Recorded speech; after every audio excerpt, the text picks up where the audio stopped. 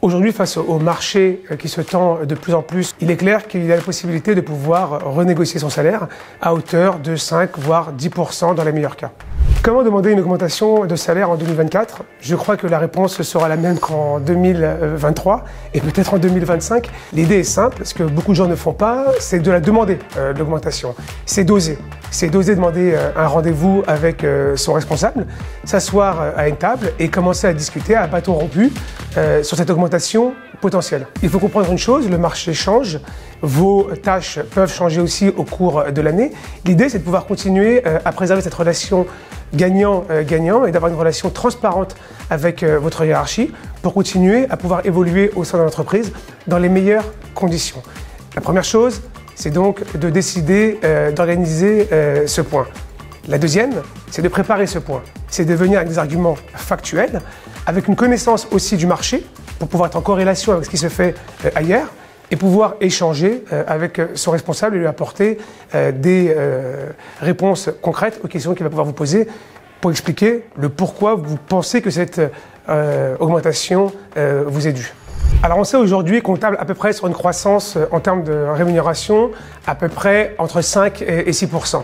L'année dernière, on était à ce niveau-là. Le marché se tend dans le sens où on a du mal à trouver les bons profils aujourd'hui. Donc les entreprises sont capables de pouvoir proposer un peu plus.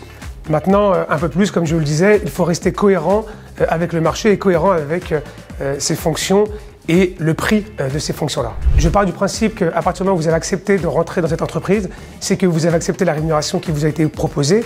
Je pense que maintenant, il faut faire ses preuves, commencer à travailler, voir un petit peu comment se passe aussi votre vie dans l'entreprise. Et normalement, il y a un point tous les ans pour faire l'état des lieux, si je peux dire, sur l'expérience que vous avez, sur les tâches que vous avez, sur le job en tant que tel. Et je pense que c'est le moment potentiellement de pouvoir discuter de cette augmentation potentielle. Je ne pense pas que changer d'entreprise tous les ans va vous permettre d'augmenter votre salaire. La fidélité aussi a un prix, et c'est ce que les entreprises peuvent comprendre, et c'est la raison pour laquelle, pour garder leurs effectifs, ils sont prêts parfois à les augmenter de façon considérable.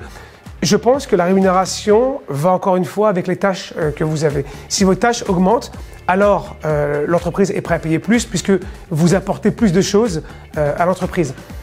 Je reste encore une fois persuadé qu'une bonne discussion et une discussion tout court à bâton rompu où on peut se dire les choses de façon transparente peuvent vous éviter de regarder ailleurs et peut permettre aussi à l'entreprise de ne pas vous perdre et de ce fait de ne pas devoir recruter une nouvelle personne à former de nouveau à cause d'une augmentation sur laquelle vous avez du mal à échanger.